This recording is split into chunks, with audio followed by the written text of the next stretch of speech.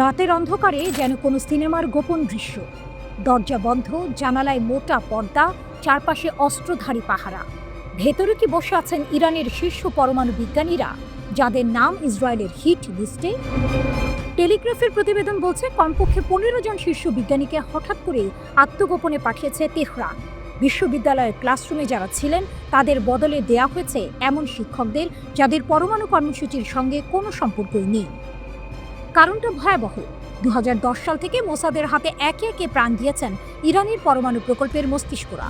কেবল June মাসেই 12 দিনের ব্যবধানে হত্যা করা হয় অন্তত 30 জন বিজ্ঞানীকে। খবর এলেই তেহরান জেগে ওঠে। শুরু হয় শিকারী শিকারের খেলা। ইরানের গোয়েন্দারা দেশ জুড়ে খুঁজতে থাকে ইসরায়েলি গুপ্তচরদের। সন্দেহভাজন কয়েকশো মানুষ ইতিমধ্যেই ধরা পড়েছে। এর মধ্যেই ঘটে আরেক নাটকীয় মোড়। রুজবে ভাদি নামের এক পরমাণু বিজ্ঞানী ধরা পড়লেন ইসরায়েলের হয়ে গুপ্তচর বৃত্তির অভিযোগে। আদালতে দোষী সাব্যস্ত হওয়ার পর ফাঁসিতে ঝুলে শেষ হলো তার গল্প। এই মৃত্যুই যেন বার্তা, বিশ্বাসঘাতকতার দাম শুধু পদ হারানো নয়, জীবন হারানো। তেহরান এবার আর কোনো ঝুঁকি নিতে চায় না। তালিকাভুক্ত প্রায় 100 বিজ্ঞানীর মধ্যে যাদের প্রাণ সবচেয়ে ঝুঁকিতে, তাদের জন্য বিশেষ পরিকল্পনা করা হয়েছে। কেউ গোপন শহরে, কেউ পাহাড় ঘেরা সুরক্ষিত বাড়িতে, কেউ বা উত্তর উপকূলে। সবখানেই 24 ঘন্টা পাহারা। দেহরক্ষীদের নিয়েও এসেছে বড় পরিবর্তন। যাদের উপর সামান্য সন্দেহ, তাদের সরিয়ে আনা হয়েছে বিশ্বস্ত নতুন মুখ। নতুন করে ইসরায়েলি হামলার আশঙ্কা রয়েছে। ইরানের একজন জ্যেষ্ঠ কর্মকর্তার বরাত দিয়ে এটি জানায় দ্য টেলিগ্রাফ। কর্মকর্তারা বলেন, বিজ্ঞানীদের তাদের পরিবারের সদস্যদের সাথে তেহরানে এবং দেশের উত্তর উপকূলে নিরাপদ জায়গায় স্থানান্তরিত করা হয়েছে। ইরান জানে এটি শুধু প্রাণ বাঁচানোর লড়াই নয়, এটি রাষ্ট্রের অস্তিত্ব রক্ষার যুদ্ধ। তাদের পরমাণু কর্মসূচি কেবল প্রযুক্তি নয়, এটা শক্তি, প্রতিরোধ আর রাজনৈতিক মর্যাদার প্রতীক। আর তাই ইসরায়েলের বার্তা যতই ভয়ঙ্কর হোক, যে ইরানের পরমাণু কর্মসূচিতে কাজ করবে সে স্বয়ংক্রিয়ভাবে আমাদের লক্ষ্য। তেহরান পিছু হচ্ছে না, বরং এই খেলায় ইরান আরও ধূর্ত হচ্ছে।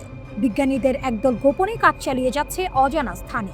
যাদের সামনে পাঠানো হয়েছে তারা ছায়া মাত্র, ভুল টার্গেটে ইসরায়েলকে ব্যস্ত রাখতে। যেন দাবার বোর্ডে রাজার নিরাপত্তায় বারবার গুটি বদলানো হচ্ছে।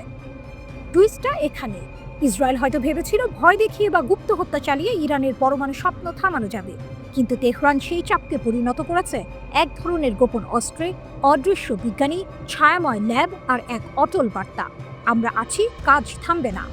এই গোপন শহরগুলোতে হয়তো এখনো রাত জেগে চলছে হিসাব, পরীক্ষা আর পরিকল্পনা। বাইরে অন্ধকার, ভেতরে আলো। আর সেই আলোয় গড়ে উঠছে এমন কিছু যা হয়তো একদিন ইসরায়েলের কৌশলকে উল্টে দেবে, চুপি সারে, বিনা শব্দে, ঠিক যেমন করে ইরান তার সবচেয়ে মূল্যবান মস্তিষ্কগুলোকে আড়ালে রেখেছে।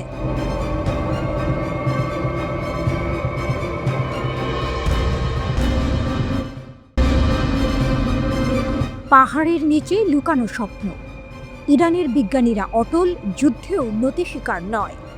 রাতের আকাশ ছিঁড়ে গর্জে উঠেছিল যুদ্ধ বিমান। 12 দিন ধরে ইরানের আকাশে ইসরায়েলের আগুন নেমে এসেছিল, কিন্তু সেই আগুন পৌঁছাতে পারেনি ইরানের হৃদয়ে। কারণ যাদের নিশানা করা হয়েছিল ইরানের সেরা পারমাণবিক বিজ্ঞানীরা, তারা এখনো জীবিত, এখনো প্রস্তুত। ব্রিটিশ দৈনিক দ্য টেলিগ্রাফ জানায়, ইসরায়েলের টার্গেটে থাকা শতাধিক বিজ্ঞানীর মধ্যে 15 জনের বেশি এখন তেহরানের নিরাপদ ভিলায় বা দেশের উত্তরের উপকূলের সুরক্ষিত স্থানে আশ্রয় নিয়েছেন। তারা পরিবার নিয়ে বিশ্ববিদ্যালয় ছেড়ে গেছেন, তবুও তাদের চোখে ভয়ের ছাপ নেই, বরং জেদ, দৃঢ়তা।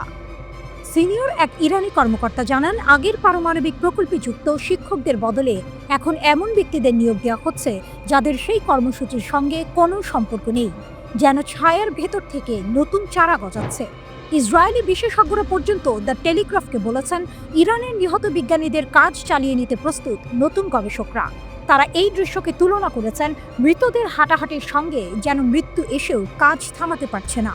এরই মধ্যে এই নতুন প্রজন্মের বিজ্ঞানীদের নিরাপত্তা ঘিরে তেহরান কড়া প্রহরা বসিয়েছে। কিন্তু কারা এই নতুন বিজ্ঞানীরা? তাদের নিরাপত্তা ব্যবস্থা এতটাই কঠোর যে তাদের পরিচয় বা অবস্থান সম্পর্কে কিছুই জানা যায় না। ইরানের শক্তি এখানে, একদল বিজ্ঞানী মারা গেলেও অন্য দল প্রস্তুত, যেন এক অবিরাম স্রোত। যুক্তরাষ্ট্রের প্রেসিডেন্ট ডোনাল্ড ট্রাম্প দাবি করলেন, ইরান এখনো ইউরেনিয়াম সমৃদ্ধকরণ বন্ধ করেনি বা আন্তর্জাতিক পরিদর্শন মেনে নেয়নি। তার কথায় ইসরায়েল ইরান সংঘাতের পর ইরানের পারমাণবিক প্রোগ্রাম স্থায়ীভাবে পিছিয়ে গেছে, তবে তারা হয়তো আবার অন্য কোথাও থেকে শুরু করবে। তবে বাস্তব ছবিটা ভিন্ন। সিএসবিএস নিউজ জানায়, মার্কিন যুক্তরাষ্ট্র 3টি B-2 বোমারু বিমান ফোর্দো পারমাণবিক স্থাপনায় হামলা চালায়। এই বিমানে ছিল 6টি বাংকার বাস্টার বোমা, যা পাহাড় কেটে ফেলতে পারে কিন্তু ইরানের মনোবল ভাঙতে পারে না। ফোর্দো ইরানের গর্ব, পাহাড়ের নিচে 300 ফুট গভীরে লুকানো ইউরেনিয়াম সমৃদ্ধি কেন্দ্র। শুধু ফোর্দো নয়, নাতানজ এবং ইস্পাহানের মতো গুরুত্বপূর্ণ স্থাপনাতেও যুক্তরাষ্ট্রের টমাহক ক্ষেপণাস্ত্র আঘাত হানে। জাতিসংঘের আন্তর্জাতিক পরমাণু শক্তি সংস্থা IAEA বলেছে, এই হামলার পরেও আশেপাশে তেজস্ক্রিয়তা বাড়েনি। ইরানের পারমাণবিক শক্তি সংস্থা হামলার সত্যতা স্বীকার করলেও জোর দিয়ে বলেছে, এতে তাদের উন্নয়ন থামবে না। ইসরায়েলের পররাষ্ট্রমন্ত্রী গিডিয়ন স্যার দাবি করেছেন, ইরানের পারমাণবিক প্রোগ্রাম 2 বছর পিছিয়ে গেছে, কিন্তু তেহরান সঙ্গে সঙ্গে সেই দাবি উড়িয়ে দিয়েছে। ইরানের পার্লামেন্ট সদস্য মাহদি মোহাম্মদি স্পষ্ট বলেছেন, আমাদের কাছে কিছুই অপ্রত্যাশিত ছিল না। আমরা কয়েক রাত ধরে এই ফোর্দোতে হামলার অপেক্ষা করছিলাম। কর্মীরা আগেই সরিয়ে নেওয়া হয়েছিল, হামলা হয়েছে, কিন্তু বড় কোনো ক্ষতি হয়নি। এই হলো ইরানের কাহিনী, যেখানে পাহাড়ের নিচে শুধু ইউরেনিয়াম নয়, লুকিয়ে আছে এক জাতির স্বপ্ন। বোমা কাঁপিয়েছে মাটি, কিন্তু ভাঙতে পারেনি ইরানের সংকল্প। যুদ্ধ হয়তো আবার শুরু হবে, আকাশে আগুন জ্বলবে, কিন্তু ইরানের বিজ্ঞান আর সাহস সেটি থাকবে অটল, অবিনশ্বর। এ যেন এক অসমাপ্ত যুদ্ধ। একদিকে ইসরায়েল ও যুক্তরাষ্ট্র মনে করছে তারা ইরানকে দুর্বল করে দিয়েছে, অন্যদিকে ইরান এক নতুন ছকে নিজেদের গুটিয়ে নিয়েছে, তাদের শক্তিকে অন্য কোনো দিক থেকে আবার সংগঠিত করছে।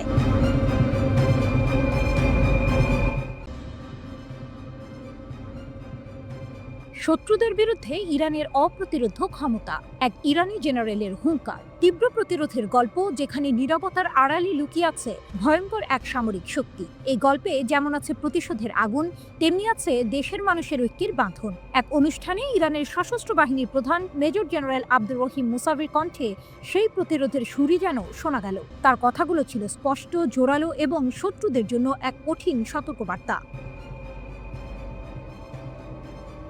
ঘটনার সূত্রপাত হয়েছিল জুন মাসে, যখন এক ইসরায়েলি মার্কিন হামলায় বেশ কয়েকজন ইরানি সামরিক কমান্ডার শহীদ হন। এই শহীদদের স্মরণে আয়োজিত এক অনুষ্ঠানে জেনারেল মুসাভি বলেন, ইরান এখন আর সেই পুরনো দুর্বল দেশ নয়, তার প্রতিরোধ ক্ষমতা এখন সম্পূর্ণ এবং অপ্রতিরোধ্য। তিনি বলেন, ইসলামী বিপ্লবের নেতা যেমন বলেছেন, ইরানি জাতি আলোচনা এবং প্রতিরক্ষা উভয়ের জন্যই সম্পূর্ণ প্রস্তুত। এই কথাগুলো যেন প্রতিপক্ষকে এক শীতল বার্তা দিল, আক্রমণ করলে ইরান এবার চুপ করে থাকবে না। মুসাভি আরও হুঁশিয়ারি দেন, যদি কোনো নতুন আগ্রাসন হয় তবে ইরানের প্রতিক্রিয়া হবে নির্ণায়ক, চূর্ণ বিচূর্ণ এবং অতীতের যে কোনো কিছুর মতো নয়। এই বাক্যটি যেন একটি সিনেমার ক্লাইম্যাক্সের আগের দৃশ্যের মতো, এক অজানা পরিণতির দিকে ইঙ্গিত করে, যে শত্রুদের রাতের ঘুম কেড়ে নিতে পারে। জেনারেলের কথায় আরও একটি টুইস্ট ছিল। তিনি বলেন, শত্রুরা ভেবেছিল এই হামলাগুলো ইরানের ভেতরের ঐক্য ভেঙে দেবে, কিন্তু বাস্তবে হয়েছে তার উল্টো। এই শহীদরা জাতীয় ঐক্যের বন্ধন আরও মজবুত করেছে। ইসরায়েল ইরানের বিরুদ্ধে একটি স্পষ্ট আগ্রাসন শুরু করেছিল, যার ফলে দুই দেশের মধ্যে 12 দিনের এক ভয়াবহ যুদ্ধ হয়। এই যুদ্ধে ইসরায়েলি বাহিনীর বর্বর হামলায় 1064 জনেরও বেশি ইরানি নিহত হন। সেই যুদ্ধে আন্তর্জাতিক আইন লঙ্ঘন করে মার্কিন যুক্তরাষ্ট্র ইরানি পারমাণবিক স্থাপনায় বোমা ফেলে, কিন্তু ইরান নীরব ছিল না, তারা এর প্রতিশোধ নেয়। ইরানের সশস্ত্র বাহিনী তাদের কৌশলগত স্থানগুলোতে এবং কাতারে থাকা আমেরিকার সবচেয়ে বড় সামরিক ঘাঁটিতে হামলা চালায়। এটি ছিল এক অসাধারণ পাল্টা আঘাত, যা 24 জুনে যুদ্ধের অবসান ঘটায়। জেনারেল মুসাভির মতে, ইসরায়েলের মূল লক্ষ্য হলো ইরানকে এক বিশৃঙ্খলার মধ্যে টেনে এনে যুদ্ধ শুরু করা, কিন্তু ইসরায়েলের এই চাতুরি ইরান বুঝতে পেরেছে। জেনারেল মুসাভি বলেন, শিশু হত্যাকারী ইহুদিবাদী শাসনের কোনো ভবিষ্যৎ নেই, এটি যা দেখাচ্ছে তা কেবল পতনের লক্ষণ। এই শাসন ব্যবস্থা একটি ব্রেকবিহীন গাড়ির মতো, যা কেবল ধ্বংসের দিকে এগিয়ে যাচ্ছে। তিনি আমেরিকার প্রতিও এক কঠিন বার্তা দেন। তিনি বলেন, ইরানের মানুষ আমেরিকার বিশ্বাসঘাতকতা ও অপরাধের কথা কোনোদিন ভুলবে না। ভবিষ্যতে ইরানি প্রজন্মের রক্তে এই প্রতিশোধের আগুন জ্বলতে থাকবে। তিনি আবারও স্পষ্ট করেন যে ইরান এই অঞ্চলে শান্তি ও স্থিতিশীলতা চায়, তবে সেই শান্তি আসবে আঞ্চলিক সহযোগিতার মাধ্যমে, কোনো আগ্রাসী শক্তির সম্প্রসারণবাদী নীতির কারণে নয়। এই জেনারেলের বক্তব্য কেবল একটি সামরিক বিশ্লেষণ নয়, এটি যেন এক জাতির আত্মবিশ্বাস এবং প্রতিরোধের প্রতিধ্বনি।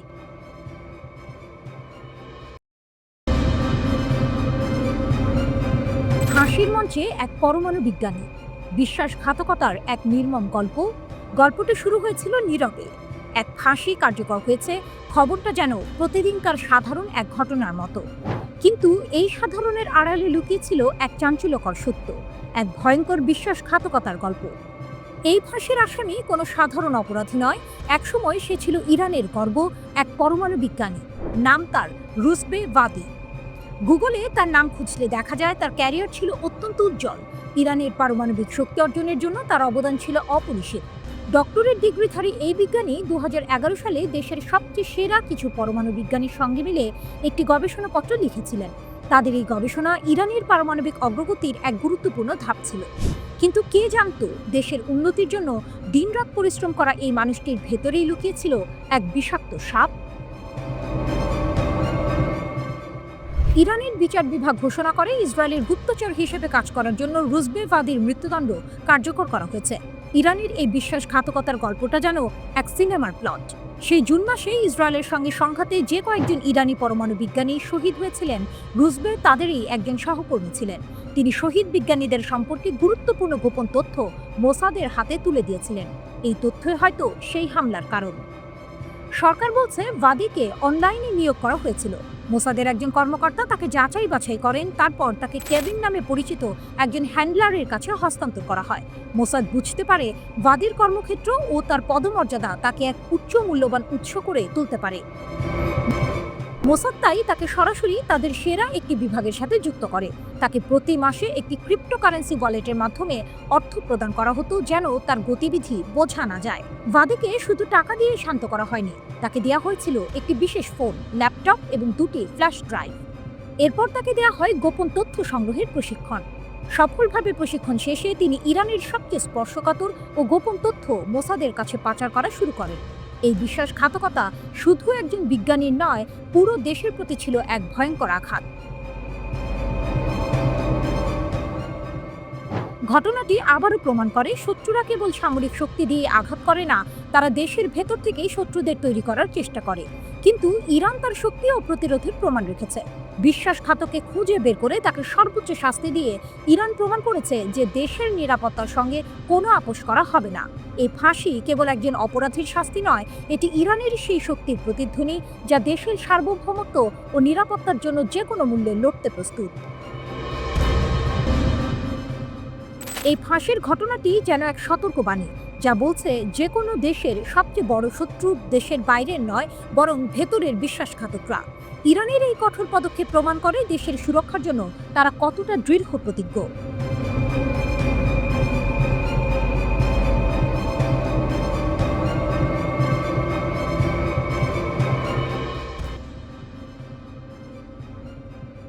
গাজায় ধ্বংসযজ্ঞ, ইরানের শীর্ষ নেতা আয়াতুল্লাহ খামেনির হুঙ্কার ও মুসলিম বিশ্বের দোটানা। রাত গভীর, মধ্যপ্রাচ্যের আকাশে তখনও জ্বলছে পুরনো এক যুদ্ধের আগুন, যার শিখা এসে পড়েছে গাজার মাটিতে।